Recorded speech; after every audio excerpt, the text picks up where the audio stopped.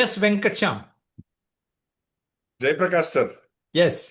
ನಾಳೆ ದಿವಸ ಸಡನ್ ಆಗಿ ಯಾರೋ ನಮ್ಮನ್ನ ಪಬ್ಲಿಕ್ ಸ್ಪೀಕ್ಗೆ ಅಂದ್ರೆ ಯಾವ್ದೋ ಒಂದು ಕಾಲೇಜ್ನಲ್ಲೋ ಸ್ಕೂಲಲ್ಲೋ ಅಥವಾ ಇನ್ಯಾವುದೋ ಒಂದು ಸಾಮಾಜಿಕ ಇದು ಆಕ್ಟಿವಿಟಿನಲ್ಲೋ ಕರೆದು ನೀವು ಮಾತಾಡ್ಬೇಕು, ಭಾಷಣ ಕೊಡಬೇಕು ಅಂತಂದಾಗ ಹೆಂಗ್ ಪ್ರಿಪೇರ್ ಆಗ್ದು? ಸರ್, ಯಾವ ಕಾರ್ಯಕ್ರಮ, ಎಲ್ಲಿ ಹೋಗ್ತಾ ಇದ್ದೀರಿ, ಅದ್ರ ಹೆಸರು, ಯಾವ ಸಂಸ್ಥೆ ಆರ್ಗನೈಸ್ ಮಾಡಿದ್ದಾರೆ, ಇದಕ್ಕೆ ಫಾರ್ಮುಲಾ ಕೊಡೋದಾದ್ರೆ ಮೂರು ಸಕಾರಗಳು: ಸಭಿಕರು, ಸಭಾಂಗಣ ಮತ್ತು ಆ, ಎಂಥ ಸಭಿಕರು, ಸಭಾಂಗಣ ಮತ್ತು ಆ, ಎಂಥ ಸಭೆ. ಆ ಸಭೆ, ಸಭಾಂಗಣ, ಸಭಿಕರು. ಈ ಸಭೆ ಟಾಪಿಕ್. ಸಭಿಕರು ಯಾವ ಥರದವ್ರು ಬರ್ತಾರೆ? ಮಿಕ್ಸೆಡ್ ಕ್ರೌಡಾ, ಬರೀ ಲೇಡೀಸಾ, ಬರೀ ಜೆಂಟ್ಸಾ, ಬರೀ ಸೀನಿಯರ್ ಸಿಟಿಸನ್ಸಾ, ಯೋಚನೆ ಮಾಡ್ಕೊಳ್ಳೋದು. ಇನ್ನು ಆಡಿಟೋರಿಯಮ್ಮು. ಆಡಿಟೋರಿಯಮ್ಮು ಯಾಕೆ ಇಂಪಾರ್ಟೆಂಟು ಅಂದರೆ, ಎಷ್ಟು ಜನ ಕೆಪಾಸಿಟಿ ಅದು, ಎಷ್ಟು ಜನ ಬರ್ತಾರೆ, ಅದೆಲ್ಲ ಗೊತ್ತಾದರೆ ಒಂದು ಬೇಸಿಕ್ ಧೈರ್ಯ ಬರುತ್ತೆ. ಓಕೆ, ಆಮೇಲೆ ಆರಾಮಾಗಿ ಟೇಕ್ ಇಟ್ ಈಸಿ ಪಾಲಿಸಿ ಅಂತೀನಿ. ಒಂದು 3 C's ಫಾರ್ಮುಲಾ ಕೊಟ್ಟಿರ್ತೀನಿ: ಕೂಲ್, ಕಾಮ್, ಕಂಫರ್ಟಬಲ್ ಅಂತ. ಕೂಲ್, ತಣ್ಣಗಿರಿ, ಅದು ಬೇಸಿಗೆ ಬೇರೆ ಈಗ. ಕಾಮ್, ಆರಾಮಾಗಿ ಪ್ರಶಾಂತವಾಗಿರಿ. ಕಂಫರ್ಟಬಲ್, ಆರಾಮದಾಯಕವಾಗಿರಿ ಅಂತ ಹೇಳಿ. ನೋಡಿ, ಹಿಂಗ್ ಸೀನ್ ಬಂತು, ಏನ್ ಮಾಡೋದು? ನ್ಯಾಚುರಲ್ ಆಗಿ ಸೀನ್ ಬೇಕಷ್ಟೆ. ನಾವು ಇಲ್ದಿದ್ರೆ ಫುಲ್ಲು ಟೆನ್ಷನ್ ಮಾಡ್ಕೊಂಡ್ಬಿಡ್ತಾರೆ. ಅಯ್ಯೋ, ಸೀನ್ ಬರ್ತಾ ಇದೆ ಏನು ಅಂತ. ಕೆಮ್ಮು ಬರೋದು, ಸೀನ್ ಬರೋದು ನ್ಯಾಚುರಲ್. ಸೀನ್ ಬೇಕು, ಆಯಿತು. ನ್ಯಾಚುರಲ್ ಆಗಿ ನಾವು ಕಂಟಿನ್ಯೂ ಮಾಡ್ತಾ ಇರ್ಬೇಕಷ್ಟೇ. ಆ, ಅಂದ್ರೆ ನಾವು ಟೆನ್ಷನ್ ಮಾಡ್ಕೊಂಬಿಟ್ಟು ಅಯ್ಯೋ ಹಿಂಗಾಗೋಯ್ತು, ಹಿಂಗಾಗೋಯ್ತು ಅಂದರೆ ಮಾತು ನೆಕ್ಸ್ಟ್ ಬರಲ್ಲ. ಆಮೇಲೆ ಯೋಚನೆ ಮಾಡೋದು, ವೇದಿಕೆ ಮೇಲೆ ಯಾರ್ಯಾರು ಬಂದಿದ್ದಾರೆ, ಅವ್ರಿಗೆ ಒಂದಿಬ್ಬರು ಮೂರು ಹೆಸರು ಗೊತ್ತಿರುತ್ತೆ. ಅಥವಾ ಇನ್ವಿಟೇಷನ್ ಇಟ್ಕೊಂಡ್ಬಿಟ್ರೆ ಅವ್ರು ಇದಾರೋ ಇಲ್ವೋ ಅವ್ರ ಹೆಸರು ಹೇಳ್ಬಿಟ್ಟು ಅವ್ರಿಗೂ ಇಂಥವ್ರು ಬಂದಿದ್ದಾರೆ, ಇಂಥವ್ರು ಬಂದಿದ್ದಾರೆ ಅಂದಾಗ ನನಗೊಂಚೂರು ಕಾನ್ಫಿಡೆನ್ಸ್ ಬರುತ್ತೆ. ಓಕೆ, ಇಂಥವ್ರು ಅಧ್ಯಕ್ಷತೆ ವಹಿಸಿದ್ದಾರೆ, ಇನ್ನೊಂದಿಬ್ರು ಈ ಥರ XYZ 3 ಜನ ಮುಖ್ಯ ಅತಿಥಿಗಳು ಬಂದಿದ್ದಾರೆ, ಜೊತೆಗೆ ನೀವೆಲ್ಲ ತುಂಬ ಆಸಕ್ತರು ಅಂತ ಆಡಿಯನ್ಸ್ಗೂ ಒಂದೆರಡು ಒಳ್ಳೆ ಮಾತು ಹೇಳಿಬಿಟ್ರೆ ಅವ್ರು ನೀವು ಏನು ಹೇಳ್ತೀರಾ ಆ ಮಾತು ಕೇಳ್ತಾರೆ. ಆಮೇಲೆ ಏನು ಗೊತ್ತಾ, ಒಳ್ಳೆ ಓಪನಿಂಗು ಮತ್ತು ಒಳ್ಳೆ ಎಂಡಿಂಗು. ಸ್ಯಾಂಡ್ವಿಚ್ ಫಾರ್ಮುಲಾ: 2 ಬ್ರೆಡ್ ಮಧ್ಯೆ ಸ್ಟಫ್ ಇರುತ್ತೆ, ವೆಜ್ಜೋ ನಾನ್ ವೆಜ್ಜೋ. Okay, opening ending. ಆ ಓಪನಿಂಗು ಎಂಡಿಂಗ್ ಚೆನ್ನಾಗಿರಬೇಕು. ಮತ್ತು ಟ್ರೈನು ನೆನ್ಪಿಟ್ಕೋಬೇಕು. ಏನು ಗೊತ್ತಾ, ಟ್ರೈನಲ್ಲಿ ಟ್ರ್ಯಾಕ್ ಮೇಲೆ ಇರುತ್ತೆ ಟ್ರೈನು, ಈ ಟೂ ವೀಲರ್ಗಳ ಥರ ಅಲ್ಲ. ಓಕೆ, ನೀವು ಟೂ ವೀಲರ್ ಇಂಡಸ್ಟ್ರಿಯಿಂದ ಬಂದಿರೋ ಮೇಲೆ ಆಟೋಮೊಬೈಲ್ ಅವರು ಬೇರೆ, ಅದಕ್ಕೆ ಹೇಳ್ತೀನಿ. ಸರ್, ಟೂ ವೀಲರ್ ಅಡ್ಡದಿಡ್ಡಿ ಟ್ರ್ಯಾಕ್ ಅಲ್ಲಿ ಇರುತ್ತೆ ಸರ್, ಅಡ್ಡದಿಡ್ಡಿ ಹೋದ್ರು ಬಿದೋಗ್ತಾರೆ. Auto rickshaw sir. ಹಂಗಂತೀರಾ? ಆಟೋ ರಿಕ್ಷಾಲೆ ಅಡ್ಡಾಡಿ ಹೋಗ್ತಾರೆ ಅಂದರೆ ಅವರು ಬ್ಯಾಲೆನ್ಸಿಂಗಾರು ಇರಬೇಕು ಅಂತ ಹೇಳ್ತಾ ಇದ್ದೀರಾ. ಸೊ ನಾವೊಂದು ಟ್ರ್ಯಾಕಲ್ಲಿ ಇರಬೇಕು. ಅಂದರೆ ವಿಷಯ ಬಿಟ್ಟು ಹೋಗಬಾರ್ದು. ಎಷ್ಟು ಗೊತ್ತಿದೆಯೋ ಅಷ್ಟು ಮಾತಾಡ್ಬಿಟ್ಟು, ನಮ್ಗೇನೋ ಗೊತ್ತಿಲ್ಲ, ಟ್ಯಾಂಕ್ ಕಡಿಮೆ ಆಯಿತು, ವಿಷಯ ಇಲ್ಲ, ಇದುವರೆಗೆ ನೀವೆಲ್ಲ ನನ್ನ ಮಾತು ಕೇಳಿದ್ರಿ, ಧನ್ಯವಾದ. ಸರ್, 1 ನಿಮಿಷ ಮಾತಾಡಿದ್ರು ಭಾಷಣನೇ, 1 ಗಂಟೆ ಮಾತಾಡಿದ್ರು ಭಾಷಣನೇ. ಅದು ಅರ್ಥ ಮಾಡ್ಕೊಳಕು. ಸದ್ಯಕ್ಕೆ ಸಾಕಲ್ಲ ಈ ಪ್ರಶ್ನೆಗೆ? Yes, fantastic. ಈಗ ಹಾ. ಒಂದು ಮೇಜರ್, ಈಗ ನೀವು ಓಪನಿಂಗ್ ಏನೋ ಹೇಳಿದ್ರಿ, 1 ನಿಮಿಷ ಮಾತಾಡಿದ್ರು ಭಾಷಣ, 1 ಅವರ್ ಮಾತಾಡಿದ್ರು ಭಾಷಣ. ಹ್ಮ್. ಆಯ್ತಾ? ಈಗ ಇಲ್ಲಿ ಇಶ್ಯೂ ಬರೋದೇನು ಅಂತಂದ್ರೆ, 1 ಅವರ್ ಇರುವಂತ ಸಭಿಕರನ್ನ ಹೆಂಗ್ ಎಂಗೇಜ್ ಮಾಡಿ ಇಟ್ಕೊಳ್ಳೋದು ಅಂತ. ಸರ್, ಏನಾಗತ್ತೆ, ಆ, ಅದಕ್ಕೆ ಟ್ರೈನ್ ಅಂತ ಎಕ್ಸಾಂಪಲ್ ಕೊಟ್ಟಿದ್ನಲ್ಲ. ಮೊದಲನೇ ಬೋಗಿ ಅದು ಓಪನಿಂಗು, ಕೊನೆ ಬೋಗಿ ಫ್ಲಾಗ್ ಇರೋದು ಎಂಡಿಂಗು. ಎಷ್ಟೊಂದು ಬೋಗಿಗಳಿರುತ್ತೆ. ಮೊದಲನೇ ಬೋಗಿ, ಎರಡನೇ ಬೋಗಿ ಇಂಪಾರ್ಟೆಂಟು, ಪ್ರಯಾರಿಟಿ ಇರೋ ವಿಷಯಗಳೆಲ್ಲ ಹೇಳ್ಬಿಡೋದು. ಒಂದೊಂದು ಬೋಗಿಯಿಂದ ಮತ್ತೊಂದು ಬೋಗಿಗೆ ನಾವು ತೆರಳಿದ ಹಾಗೆ ನಾನು ಕೆಲವು ಪಾಯಿಂಟ್ಸ್ ಮಾಡ್ಕೊಂಡಿರ್ಬೇಕಷ್ಟೆ. ಆ ಪಾಯಿಂಟ್ಸ್ನ ಮಾಡಿಕೊಂಡು ಈ ವಿಷಯ ಆಯಿತು, ನೆಕ್ಸ್ಟ್ ಈ ವಿಷಯ, ನೆಕ್ಸ್ಟ್ ಈ ವಿಷಯ ಅಂತ ಹೋಗ್ಬೇಕು. ಉದಾಹರಣೆಗೆ ಭಾಷಣಕ್ಕೆ ಕಂಟೆಂಟ್ ವೆರಿ ಇಂಪಾರ್ಟೆಂಟ್ ಅಂತೀನಿ, ಸೊ ಅದ್ರ ಬಗ್ಗೆ ಅಷ್ಟೇ ಮಾತಾಡ್ತೀನಿ. ಆಮೇಲೆ ಭಾಷೆ ಇಂಪಾರ್ಟೆಂಟ್ ಅಂತ ಹೇಳ್ತೇನೆ. ಯಾಕೆ ಭಾಷೆ ಸುತ್ತಮುತ್ತ ನನಗೇನು ಗೊತ್ತಿದೆಯೋ ಅದು ಹೇಳೋದು. ಆಮೇಲೆ ಶಾರೀರಿಕ ಭಾಷೆ, body language place A very very important role. ನನ್ನ ವೇಷಭೂಷಣನೂ ಅದು ಪಾತ್ರ ವಹಿಸುತ್ತೆ, ಹೇರ್ ಸ್ಟೈಲ್ ಪಾತ್ರ ವಹಿಸುತ್ತೆ, ಇವೆಲ್ಲ ಅರ್ಥ ಮಾಡ್ಕೊಳ್ಳೋದು. ಆಮೇಲೆ ಧ್ವನಿ. ಆ ದನಿ ನೀ ನುಡಿಯ ದಣಿ ಅಂತ ಹೇಳ್ತೇನೆ ನಾನು. ಇನ್ನೊಂದ್ಸತಿ ಹೇಳಿ sir. Voice you are the boss of speech. Okay. ದನಿ ನೀ ನುಡಿಯ ದಣಿ. ಓಕೆ. ಸೊ ಈ ವಾಯ್ಸ್ ಅಲ್ಲಿ ಉಚ್ಚಾರ, ವೇಗ, ಏರಿಳಿತ, ಈ ಎಲ್ಲ ಅಂಶಗಳು ಬರುತ್ತೆ. ಅಂದ್ರೆ ಒಂದು ವಿಷಯ ಆಯ್ತು, ಎರಡನೇ ವಿಷಯ, ಮೂರನೇ ವಿಷಯ, ನಾಲ್ಕನೇ ವಿಷಯ ಆಯ್ತು.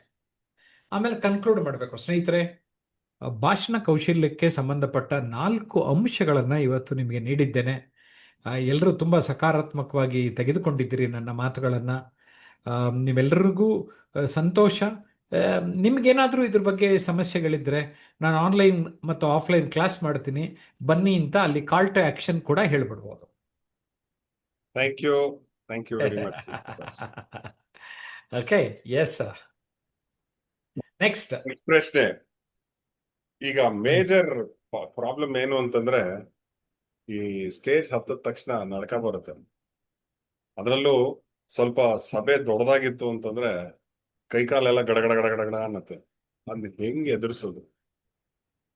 ಸರ್, ಗಡಗಡ ಅಂದ್ರೆ ನೀವು ನಿಮ್ಮ ಆರೋಗ್ಯ ಚೆನ್ನಾಗಿದೆ ಅಂತ ಅಷ್ಟೇ.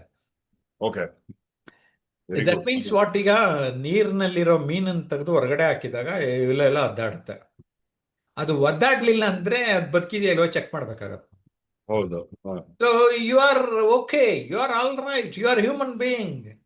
ಸೊ ಫೀಲ್ ಫ್ರೀ, ಆರಾಮಾಗಿದೆ. ಎಲ್ರಿಗೂ ಆಗ್ತಾ ಇದೆ, ನಮಗೂ ಆಗ್ತಾ ಇದೆ. ಹೌದು, ನನಗೂ ಆಗಿತ್ತು, ಬೇರೆಯವ್ರಿಗೂ ಆಗುತ್ತೆ. ಮತ್ತು ಪ್ರಪಂಚದ ಯಾವುದೇ ಸಾಮಾನ್ಯ ವ್ಯಕ್ತಿಗೆ ಅದು ಹಾಗೇ ಆಗ್ತದೆ. ಓಕೆ. ಆದರೆ ಕೆಲವ್ರಿಗೆ ಬೇರೆ ಬೇರೆ ರೀತಿ ಆಗುತ್ತೆ. ಓಕೆ. ಕೆಲವರಿಗೆ ಬೆವರು ಬರುತ್ತೆ, ಕೆಲವ್ರಿಗೆ ಮುಖದಲ್ಲಿ ಮೊದಲುತ್ತೆ. ತೋರಿಸ್ಕೋತಾರೆ, ತೊದಲುತ್ತೆ, ಗಂಟ್ಲು ಕಟ್ಟುತ್ತೆ. ಹಾ, ಕೆಲವರು ತಕ್ಷಣ ಟಾಯ್ಲೆಟ್ಗೆಲ್ಲ ಓಡೋದವ್ರು ಇದ್ದಾರೆ ಸರ್. ಓಕೆ. ಓಕೆ. ಅಂದ್ರೆ ಏನೇನೋ ಆಗುತ್ತೆ, ಅದನ್ನ ನ್ಯಾಚುರಲ್ ಆಗಿ ತಗೋಬೇಕು. ಆರ್ಗನೈಸರ್ಸ್ ಕೇಳಬೇಕು, I need some break, I will just come, please manage ಅಂತ ಆಂಕರ್ ಇದ್ರೆ ಹೇಳ್ಬಿಟ್ಟು.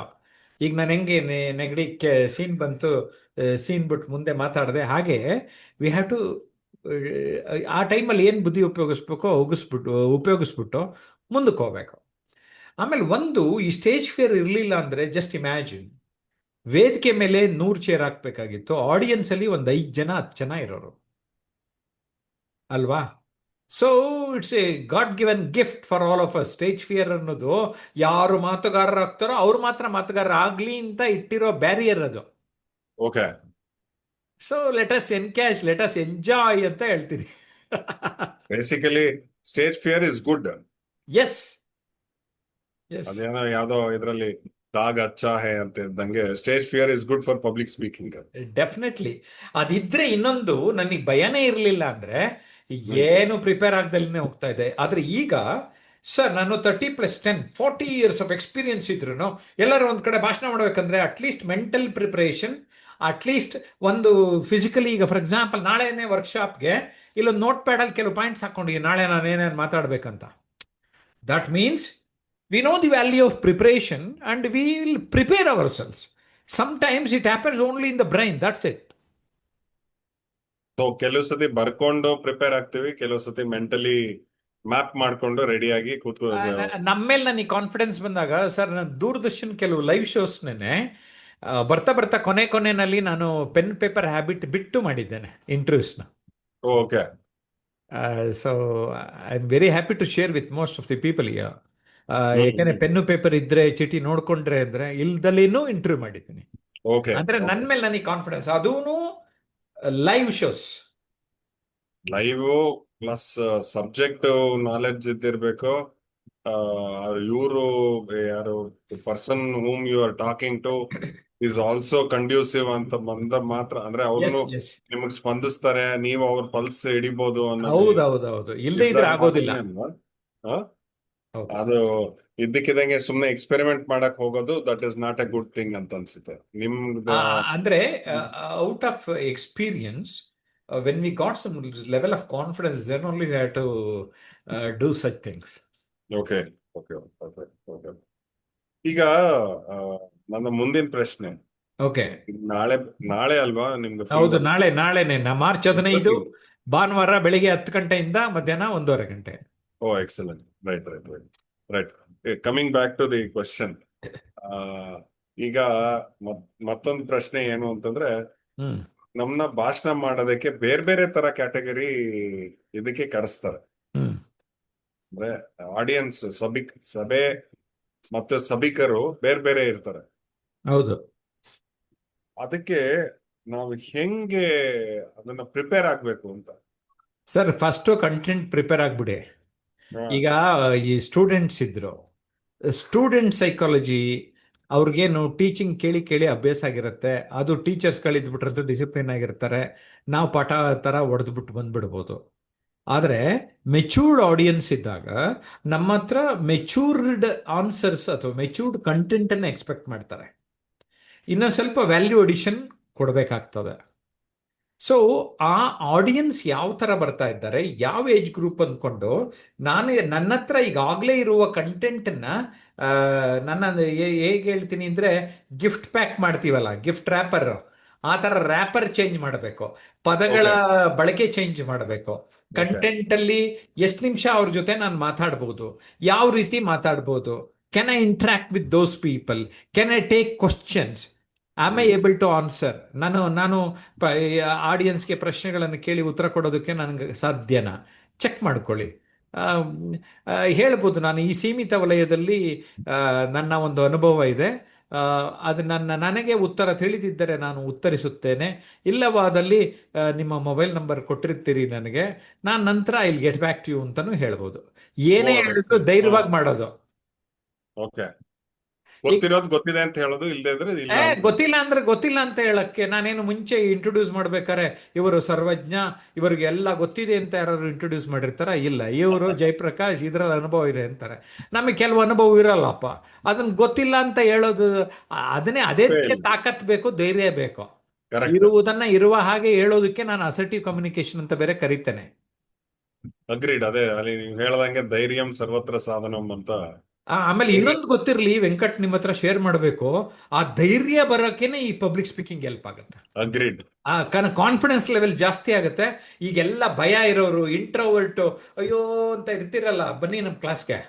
ಕೆಲವು ಸೈಕಾಲಜಿಸ್ಟು ನನ್ನ ಹತ್ರ ಪಬ್ಲಿಕ್ ಸ್ಪೀಕಿಂಗ್ ಕೋರ್ಸಿಗೆ ಕಳಿಸಿದ್ದಾರೆ. ಏನಕ್ಕೆ ಅಂದರೆ, ಅವರು ಮೀಕಾಗಿದ್ದರೆ, ಸ್ವಲ್ಪ ಏನೋ ಡಿಪ್ರೆಷನ್ನಲ್ಲಿದ್ದರೆ, ಇಲ್ಲಿ ಬಂದರೆ ಬ್ಯಾಟ್ರಿ ಚಾರ್ಜ್ ಆಗ್ಬಿಡ್ತಾರೆ. Right right right right. ಮುಂದಿನ ಪ್ರಶ್ನೆ. Yes sir. ಈ ಕೆಲವು ಪಬ್ಲಿಕ್ ಸ್ಪೀಕರ್ ನಾವು ಅಬ್ಸರ್ವ್ ಮಾಡಿರ್ತೀವಿ, ಕಥೆಗಳು ಚೆನ್ನಾಗಿ ಹೇಳ್ತಾರೆ. ಹ್ಮ್. ಹೌ ಇಂಪಾರ್ಟೆಂಟ್ ತುಂಬಾ ಸ್ಟೋರಿ ಟೆಲ್ಲಿಂಗ್ ಅಥವಾ ಕಥೆ ಹೇಳೋದು ಇದು ಏನಿದೆ, ಹ್ಮ್. ಸುಳ್ಳಿಲ್ದಿರ ಇರ್ಬೋದು ಅಥವಾ ಸುಳ್ಳು ಇರ್ಬೋದು, ಬಟ್ ತುಂಬಾ ನೀಟಾಗಿ ತುಂಬಾ ಸ್ಟ್ರಕ್ಚರ್ಡ್ ಆಗಿ ಎಲ್ಲ ಹೇಳ್ತಾರಲ್ಲ. How important is story telling? ಅಂದ್ರೆ ಅದರ ಇಂಪಾರ್ಟೆನ್ಸ್ ಏನು? ಸರ್, ನಮಗೆ ಗೊತ್ತಿದ್ದೋ ಗೊತ್ತಿಲ್ದಂಗೆ ಕತೆಗಳು ಹೇಳ್ತಾನೆ ಇರ್ತೀವಿ ಸರ್ ನಾವು. ಪ್ರತಿ ಕ್ಷಣ ಪ್ರತಿನಿತ್ಯ ಒಂದಲ್ಲ ಒಂದು ರೀತಿ ಹೇಳ್ತಾ ಇರ್ತೀವಿ. ಅದು ಬೇರೆ ಬೇರೆ ಶೈಲಿಯಲ್ಲಿ ಪ್ರೆಸೆಂಟ್ ಮಾಡ್ತೀವಿ ಅಷ್ಟೇ. ಕೆಲವರು ಅದು ಕತೆ ಹೇಳ್ತೀನಿ ಅಂದ್ಬಿಟ್ಟು ಹೇಳ್ತಾರೆ, ಹೇಳ್ದಲ್ಲೇ ಇದ್ರೂ ಬೇರೆಯವರೆಲ್ಲ ಏನು ಮಾಡ್ತಾರೆ ಅಂದರೆ, ಅವರು ಕತೆ ಹೇಳ್ಬಿಟ್ಟು ಈ ವಿಷಯನ ಅವ್ರದ್ದೇ ಆದ ಶೈಲಿಯಲ್ಲಿ ಹೇಳಿರ್ತಾರೆ.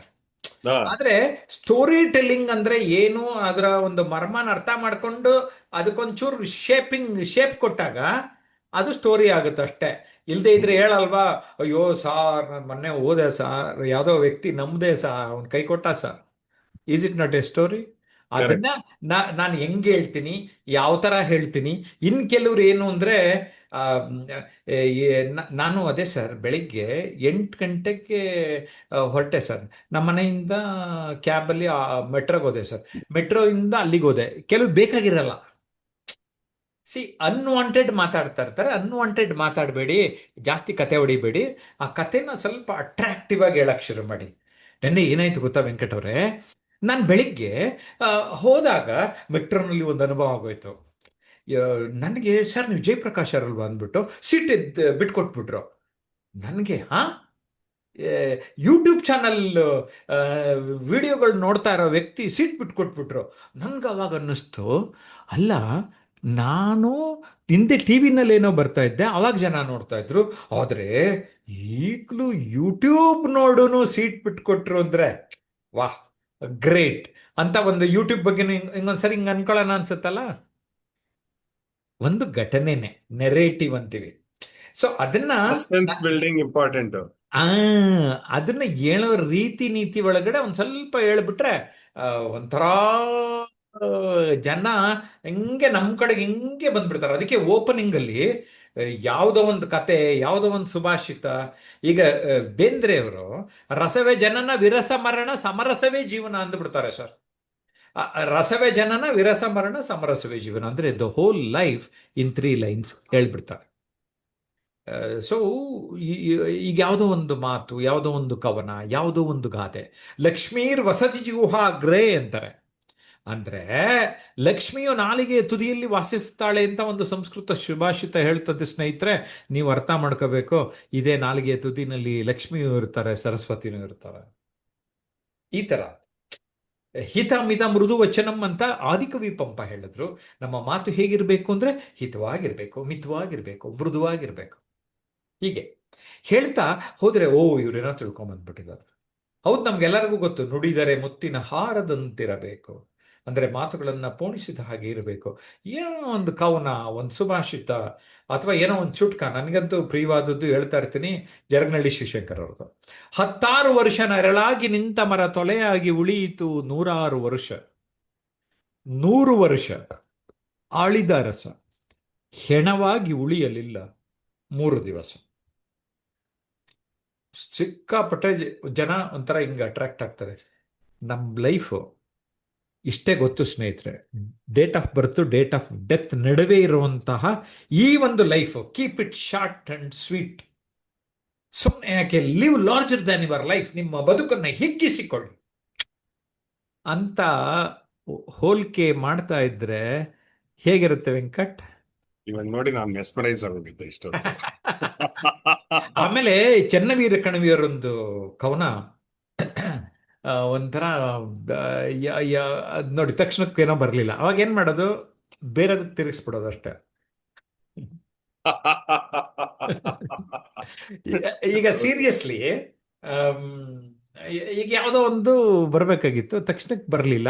ಒಂದೊಂದ್ಸರಿ ಸ್ಲಿಪ್ ಆಗುತ್ತೆ ಮೈಂಡಿಂದ. ಆವಾಗ ಸೀಕ್ವೆನ್ಸ್ ಹೊರಟೋಗಿರುತ್ತೆ. We should not feel bad, guilty about it. Guilty ಏನು ಬೇಕಾಗಿಲ್ಲ. ನನಗೆ ನಾನೀಗ ಹೇಳ್ತಾ ಇಲ್ವಾ, ನನಗೆ ಅದು ನೆನಪಾಗಬೇಕಾಗಿತ್ತು, ತಕ್ಷಣ ನೆನಪಾಗಿರ್ಲಿಲ್ಲ. ನೋಡಿ ಈಗ ನೆನಪಾಗೋಯ್ತು ನನ್ನ ತಕ್ಷಣ. ಮೌನ ಮೊಗ್ಗೆಯ ನೊಡೆದು ಮಾತರಳಿ ಬರಲಿ, ಮೌನ ಮೊಗ್ಗೆಯ ನೊಡೆದು ಮಾತರಳಿ ಬರಲಿ, 3 ಗಳಿಗೆಯ ಬಾಳು ಗಮಗಮಿಸುತ್ತಿರಲಿ. ಮೌನದ ನಡುವೆ ಮಾತು ಅರಳಿ ಬರಬೇಕು ಅಂತ ಚಂಬಳಕಿನ ಕವಿ ಚನ್ನವೀರ ಕಣವಿಯವರು ಹೇಳ್ತಾರೆ. ಹ್ಮ್. ಸೊ ಮೌನದ ಬಗ್ಗೆ, ಧ್ಯಾನದ ಬಗ್ಗೆ, ಧ್ಯಾನ ಮನಸ್ಸಿನ ಸ್ನಾನ ಅಂತ ಹೇಳ್ತೇವೆ. ಹಾಗೆ ಕೆ.ಬಿ. ಪೂಜಾರ್ ಅವರು ಚಪ್ಪಾಳೆ ಹೊಡೆದಿದ್ದೀರಿ, ನಾನು ನಿಮಗೆ ನಮಸ್ಕಾರ ಮಾಡ್ತೀನಿ. ಉಳಿದವ್ರು ಯಾರಾದರೂ ಲೈವಲ್ಲಿ ಏನಾದರೂ ನಿಮ್ಮ ಪ್ರಶ್ನೆಗಳಿದ್ರೆ ತಿಳಿಸಿ. ಆಮೇಲೆ ನಾಳೆ ವರ್ಕ್ಶಾಪಿಗೆ ಬರಬೇಕಂದ್ರೆ ಈಗಲೇ ವಾಟ್ಸಪ್ ಮೆಸೇಜ್ ಹಾಕ್ಬಿಟ್ಟು ನಾಳೆ ವರ್ಕ್ಶಾಪ್ ಬರ್ತೀವಿ ಅಂತ ಈ ನಂಬರ್ಗೆ ಮೆಸೇಜ್ ಮಾಡಿ. ಒಂದು ವಾಟ್ಸಪ್ ಗ್ರೂಪ್ ಕ್ರಿಯೇಟ್ ಮಾಡಿದ್ದೀನಿ ನಾಳೆ ವರ್ಕ್ಶಾಪ್ಗೆ. ಆ ಗ್ರೂಪ್ಗೆ ಆ್ಯಡ್ ಮಾಡ್ತೀವಿ, ಅಲ್ಲಿಗೆ ನಿಮ್ಮ ಝೂಮ್ ಲಿಂಕ್ ಕಳಿಸ್ತೀವಿ. ಆ ಝೂಮ್ ಲಿಂಕ್ ಕರೆಕ್ಟಾಗಿ ಒಂದು 5 ನಿಮಿಷ ಮುಂಚೆ, 10 ಗಂಟೆಗೆ 5 ನಿಮಿಷ ಮುಂಚೆ ಜಾಯ್ನ್ ಆಗಿ, ನಾನು ನಿಮ್ಮ ಜೊತೆ 3.5 ಗಂಟೆ ಇರ್ತೇನೆ. ಸುಮ್ಮನೆ ಅಪರೂಪಕ್ಕೊಂದು ಸಾರಿ, ಈ ಸಾರಿ ಯುಗಾದಿ ಹಬ್ಬ ಬರ್ತಾ ಇದೆಯಲ್ಲ, ಒಂದು ಇರಲಿ ಯುಗಾದಿ ಹಬ್ಬದಲ್ಲಿ ನಮ್ಮ ಒಂದು ಫಾಲೋವರ್ಸ್ಗೆ ಒಂದು ಏನೋ ಕಾಂಟ್ರಿಬ್ಯೂಟ್ ಮಾಡೋಣ ನಮ್ಮ ಕಡೆಯಿಂದ ಅಂತ ಮಾಡ್ತಾ ಇದ್ದೀನಿ. 9341259267ಗೆ ವಾಟ್ಸಪ್ ಮಾಡಿ ಮೆಸೇಜ್ ಮಾಡಿದ್ರು ಸಾಕು. ನಿಮ್ಗೆ ತೀರಾ ಇನ್ನೂ ಅನುಮಾನ ಇದ್ದರೆ ಕಾಲ್ ಮಾಡ್ಕೊಳ್ಳಿ. ಯಾಕೆಂದ್ರೆ ಫಸ್ಟ್ ಟೈಮ್ ಝೂಮ್ ಆ್ಯಪ್ ಬರೋದಿದ್ರೆ ನೀವು ಝೂಮ್ ಆ್ಯಪ್ನ ಡೌನ್ಲೋಡ್ ಮಾಡಿಕೊಂಡು ಮೀಟಿಂಗ್ ID ಪಾಸ್ಕೋಡ್ ಕೊಟ್ಟಿರ್ತೀವಿ ಮತ್ತು ಲಿಂಕ್ ಕೊಟ್ಟಿರ್ತೀವಿ, ಯಾವುದ್ರ ಮೂಲಕನಾದ್ರು ಜಾಯ್ನ್ ಆಗಿ. ಎಸ್ ಸರ್, ನಾನು ಈ ಥರ ಯಾವಾಗಲೂ ನಾಮಿನಲ್ ಆಗಿ ಮಾಸ್ಟರ್ ಕ್ಲಾಸ್ಗೆ 98 ರುಪೀಸು, ಮತ್ತು ಗೋಲ್ಡ್ ಕಮ್ಯುನಿಟಿ ಒಂದು 50,000 ಚಾರ್ಜ್ ಮಾಡೋನು, ಈಗ ಒಂದು 30,000ಗೆ ಆಫರ್ ಕೊಟ್ಟು ಕೋರ್ಸ್ ಮಾಡೋನು. ಉಚಿತವಾಗಿ ಇದ್ಕಿದ್ದಂಗೆ ಮಾಡಿದಾಗ ಹೆಂಗೆ ಅನ್ಸುತ್ತೆ ಸರ್? ಇದು ಉಗಾದಿ ಗಿಫ್ಟ್ ಅಲ್ವೇ? ನೋಡಿ, ಈ ಯುಗಾದಿ ಅಂತ ಇದ್ದಂಗೆ ಒಂದು ಮಾತು ನೆನಪಾಯ್ತು ವೆಂಕಟ್. ಶಾರದಾ ಕೆ ರಾಜು ಅಂತ ನನಗೆ ಒಬ್ಬ ಆಕೆ ಪರಿಚಯ ಇದ್ರು. ಆಕೆ ಒಬ್ಬ ದೊಡ್ಡ ಕಲಾವಿದೆ. ಪೇಂಟಿಂಗ್ಗಳಂತೂ ಸಿಕ್ಕಾಪಟ್ಟೆ ಚೆನ್ನಾಗಿ, ನನಗೆ 2 ಗಿಫ್ಟ್ ಕೊಟ್ಟಿದ್ದಾರೆ, ನಮ್ಮ ಮನೆಯಲ್ಲಿ ಇಟ್ಕೊಂಡಿದ್ದೀನಿ. 75 ಆಪ್ರೇಷನ್ ಆಗಿತ್ತು, ಈಗಿಲ್ಲ ಅವರು. ಅವ್ರನ್ನ ಒಂದು ಆಡಿಯೋಗೆ, ಆತ್ಮವಿಶ್ವಾಸ ಆಡಿಯೋಗೆ ಮಾತಾಡಿಸಿದೆ ಸ್ಟುಡಿಯೋನಲ್ಲಿ. ಆಗ ಮೇಡಮ್, ಜೀವನ ಬೇವು ಬೆಲ್ಲ ಅಂತಾರೆ, ನೀವೇನಂತೀರಿ ಮೇಡಮ್ ಅಂದೆ. ಜಯಪ್ರಕಾಶ್, ಜೀವನ ಬೇವು ಬೆಲ್ಲ ಸರಿ, ಆದ್ರೆ ಜೀವನದಲ್ಲಿ ಬೆಲ್ಲ ಜಾಸ್ತಿ ಮಾಡ್ಕೋಬಾರ್ದು ಅಂತ ಯಾರು ನಿಮ್ ಕೈ ಹಿಡ್ಕೊಂಡಿದ್ದಾರೆ ಅಂತ ಕೇಳ್ಬಿಟ್ರು ಸರ್. ಅವತ್ತಿಂದ ಬರೀ I am looking only at the positive side Venkat. Negative side ಬಿಡಾಕ್ಬಿಡ್ತೀನಿ. Let us look at the positive side of the life. ಎಷ್ಟೇ ನೆಗೆಟಿವ್ ಇದ್ರೂ ಕೆಸರಿನಲ್ಲಿ ಕಮಲ ಇರುವಂತೆ ನೆಗೆಟಿವ್ ಗೊತ್ತಿರಬೇಕು, ಪಾಸಿಟಿವ್ ಪಾಲಿಸಬೇಕು ಅಂತ ಪಾಸಿಟಿವ್ ಪಾಲಿಸ್ಕೊಂಡು ಬರ್ತಾ ಇದ್ದೀನಿ. ಸೊ ಹಾಗಾಗಿ ಲಾ ಆಫ್ ಅಟ್ರಾಕ್ಷನ್ ಎಲ್ಲ ಒಂದು ಕಡೆ ನನಗೆ ವರ್ಕ್ ಆಗ್ತಾ ಇದೆ. ಅದಕ್ಕೆ ನೀವೆಲ್ಲರೂ ಯಾರು ಅಟ್ರಾಕ್ಟ್ ಆಗಿ ಬರೋದಿದ್ರೆ ನಮ್ಮ ಪಬ್ಲಿಕ್ ಸ್ಪೀಕಿಂಗ್ ಕೋರ್ಸ್ಗೆ ಬಂದ್ರೆ ನಾಳೆ ನಾಳೆ ಮರಿದಿರಾ 10 ಗಂಟೆ ಕರೆಕ್ಟ್ ಸಂಡೇ ಕರೆಕ್ಟ್. ಯುಗಾದಿ. ಹೌದು, ನಾವಿವತ್ತು ಇನ್ಫ್ಯಾಕ್ಟ್ ಯೂಟ್ಯೂಬ್ ಲೈವ್ಗೂ ವೆಂಕಟ್ ನಾವು ಝೂಮಲ್ಲಿ ಏನೋ ಮಾತಾಡ್ಬೇಕಂತ ಪ್ಲಾನ್ ಮಾಡ್ಕೊಂಡಿದ್ವಿ. ನಿಮಗೆ ಗೊತ್ತಿರಲಿ ಅದು ಏನು ಅಂತ ಇನ್ಫಾರ್ಮೇಶನ್ ಹೇಳ್ಬಿಡ್ತಾನೆ. ಟ್ರಾನ್ಸ್ಫಾರ್ಮೇಶನ್ ಅನ್ಲಿಮಿಟೆಡ್ ಅಂತ ಒಂದು ಯೂಟ್ಯೂಬ್ ಚಾನಲ್ ಇದೆ, ಓಕೆನಾ? ಅಲ್ಲಿ ಬಿಸ್ನೆಸ್ ಟಿಪ್ಸ್ನ ವೆಂಕಟ್ ಶ್ಯಾಮ್ ನಮಗೆ ಕೊಡ್ತಾ ಇದ್ದಾರೆ. ಸೊ ನಿಮಗೆ ಬಿಸ್ನೆಸ್ ರಿಲೇಟೆಡ್ ಟಿಪ್ಸ್ ಬೇಕು ಅಂದರೆ ಟ್ರಾನ್ಸ್ಫಾರ್ಮೇಶನ್ ಅನ್ಲಿಮಿಟೆಡ್ ಚಾನಲ್ನ ಈಗಲೇ ಸಬ್ಸ್ಕ್ರೈಬ್ ಮಾಡಿ ಬೆಲ್ ಬಟನ್ ಆಲ್ ಅಂತ ಒತ್ತಿ. ನಾನು ವೆಂಕಟ್ ಶ್ಯಾಮ್ ರೆಗ್ಯುಲರ್ ಆಗಿ ಮಿನಿಮಮ್ ವಾರಕ್ಕೆ 1-2 ವಿಡಿಯೋಗಳನ್ನು ಕೊಡ್ತಾ ಇದ್ದೀವಿ. ಈಗಾಗಲೇ ಎಷ್ಟೊಂದು ವಿಡಿಯೋಗಳು ವೆಂಕಟ್ ಶ್ಯಾಮ್ ಅವರು ಇಂಟರ್ವ್ಯೂ ಮಾಡಿರೋದಿದೆ.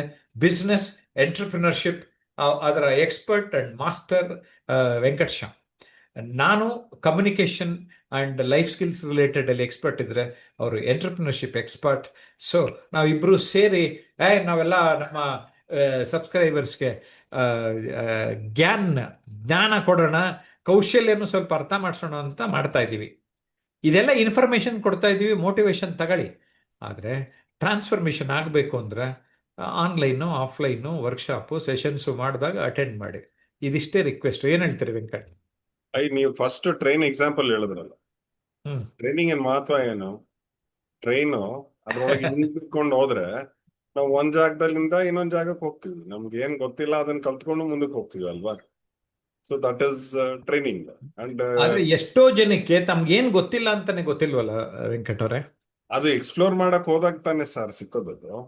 ಸೊ ಪ್ರಪಂಚ ನೋಡಕ್ಕೆ ಅಂತ ಹೊರಡಬೇಕು. ಹೊಡ್ಲೇಬೇಕು, ಟ್ರೈನ್ ಹತ್ಲೇಬೇಕು. ನೀವ್ ಹಿಂಗಂದಾಗ ನನಗೆ ಇನ್ನೊಂದು ನೆನಪಾಯ್ತು ವೀಕ್ಷಕರು, ನಿಮಗೆ ಗೊತ್ತಿರಲಿ, ವೆಂಕಟ್ ಶ್ಯಾಮ್ ಬೈಕ್ ತಗೊಂಡು ಕಾರ್ ತಗೊಂಡು ಇಡೀ ದೇಶ ಎಲ್ಲ ಸುತ್ಬಿಟ್ಟಿದ್ದಾರೆ. ಸಿಕ್ಕಾಪಟ್ಟೆ. ಅದಕ್ಕೆ ಅಡ್ವೆಂಚರ್ ಅಡ್ವೆಂಚರ್ ನೇಚರ್ ಬಗ್ಗೆನೇ ಅವ್ರನ್ನ ದೂರದರ್ಶನಕ್ಕೂ ಸಂದರ್ಶನ ಮಾಡಿದ್ದೆ ನಾನು. ಮತ್ತೆ ನಮ್ಮ ಇದೇ ಯೂಟ್ಯೂಬ್ ಚಾನಲ್ನಲ್ಲೂ ಇದೆ, ಗಮನಿಸಿ. ಸಿಕ್ಕಾಪಟ್ಟೆ ಎಷ್ಟೊಂದು ಕಿಲೋಮೀಟರ್, ಸಾವಿರಾರು ಕಿಲೋಮೀಟರ್ ಹೋಗ್ಬಿಟ್ಟಿದ್ದಾರೆ. ಅಷ್ಟೇ ಅಲ್ಲ, ಪುನೀತ್ ರಾಜ್ಕುಮಾರ್ ಕೋಟ್ಯಾಧಿಪತಿ ಶೋನಲ್ಲೂ ವೆಂಕಟ್ ಶ್ಯಾಮ್ ಭಾಗವಹಿಸಿದ್ರು. ಅದು ಶೋ ಕೂಡ ಈ ಯೂಟ್ಯೂಬ್ಗಳಲ್ಲಿ ಅವೈಲಬಿಲಿಟಿ ಇರುತ್ತೆ, ನೋಡಿ. ಸರ್, ಒಟ್ಟಾರೆ ಆ ಎಕ್ಸ್ಪೀರಿಯನ್ಸ್ ಹೇಗಿತ್ತು ಸರ್ ಕೋಟ್ಯಾಧಿಪತಿದು ತಮಗೆ? Life changing experience sir. ಹೌದಾ? ಅಯ್ಯೋ, ನಿಮಗ್ ಗೊತ್ತಿದೆ, ನಾನು ಹಾಂ ಒಂಥರ ಎಲೆಮರೆಕಾಯಿ ತರ ಇರ್ತಿದ್ದೆ. ಹಾಂ ಬಟ್ ಚಾನಲ್ ನಲ್ಲಿ ಆ ಎಪಿಸೋಡ್ ಇದಾದ್ಮೇಲೆ ಹ್ಞೂ ಒಂದು ಬೈಕ್ ರೈಡ್ ತುಮಕೂರ್ಗೆ ಹೋದ್ವಿ. ಓಕೆ. ತಟ್ಟೆ ಇಡ್ಲಿ ತಿನ್ನಕ್ಕೆ ಹಾಂ, ಅದಿತಿ ಆಗೋಯ್ತು ಅವತ್ತು. ನೀವೇ ಹೀರೋ ಆಗ್ಬಿಟ್ಟಿದ್ರಿ. ಅಯ್ಯೋ ರಾಮ ಆಗೋಯ್ತು. ಹೆಂಗೆ ಅಂತಂದ್ರೆ ನಾವು ಮೋಟರ್ ಸೈಕಲ್ ಅಲ್ಲಿ ಹೋಗಿದ್ದೀವಿ, ಹಾಂ, ಫುಲ್ ಗೇರ್ ಅಪ್ ಆಗಿದ್ದೀವಿ. ಬಟ್ ಜನ ಹೆಂಗ್ ಐಡೆಂಟಿಫೈ ಮಾಡಿದ್ರು ಏನ್ ಮಾಡಿದ್ರು ಗೊತ್ತಿಲ್ಲ, ಓಕೆ ಎಲ್ಲ ಬಂದು ಓಕೆ. ಅಟ್ಯಾಕ್ ಹಾಕೊಂಡ್ಬಿಟ್ರು. ಓ ಹೋ ಹೋ. It was a strange experience altogether, but it was a very nice experience. Very nice experience. Sir, ಇಲ್ಲಿ ಒಂದೇ ಒಂದು ಪ್ರಶ್ನೆ ಕೇಳಬೇಕಂತ ಇದ್ದೀನಿ. ಇನ್ಫ್ಯಾಕ್ಟ್ ನೀವು ನನ್ನ ಪ್ರಶ್ನೆ ಕೇಳ್ತಾ ಇದ್ದೀರಿ ಈ ಪ್ರೋಗ್ರಾಮಲ್ಲಿ, ಆದರೂ ಕೇಳ್ತಾ ಇದ್ದೀನಿ. ಆ, ಈಗ ಪಬ್ಲಿಕ್ ಸ್ಪೀಕಿಂಗೂ ನಮಗೆ ಧೈರ್ಯ ಜಾಸ್ತಿ ಮಾಡುತ್ತೆ. ಈ ಆಟೋಮೊಬೈಲು, ಸ್ಕೂಟ್ರ್, ಬೈಕ್ ತಗೊಂಡು, ಕಾರ್ ತಗೊಂಡು ಸುತ್ತುತ್ತಿರಲ್ಲ, ಅದು ಧೈರ್ಯ ಹೆಚ್ಚಿಸುತ್ತೆ. ಈ ಧೈರ್ಯ ಹೆಚ್ಚಿಸೋಂಥ ಚಟುವಟಿಕೆಯಲ್ಲಿ ಯಾಕಿರಬೇಕು? ಸರ್, ಲೈಫ್ ಇದನ್ನ ಒಂದ್ ಸ್ಮಾಲ್ ಸಿನಿಮಾ ಡೈಲಾಗ್ ಅಲ್ಲಿ ಹೇಳ್ಬಿಡ್ತೀನಿ ಸರ್. ಹೇಳಿ ಸರ್.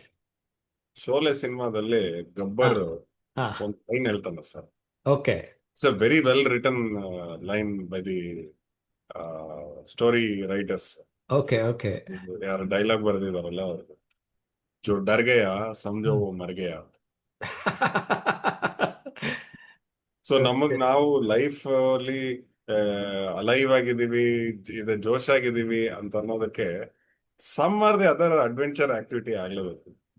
ಮೀನಿಂಗ್ ನಾನು ಲಾಸ್ಟ್ ಅಡ್ವೆಂಚರ್ ಆಕ್ಟಿವಿಟಿ ಹೇಳಿದ್ನೋ ಇಲ್ಲ ಗೊತ್ತಿಲ್ಲ, I walk from Bangalore to Tirupati.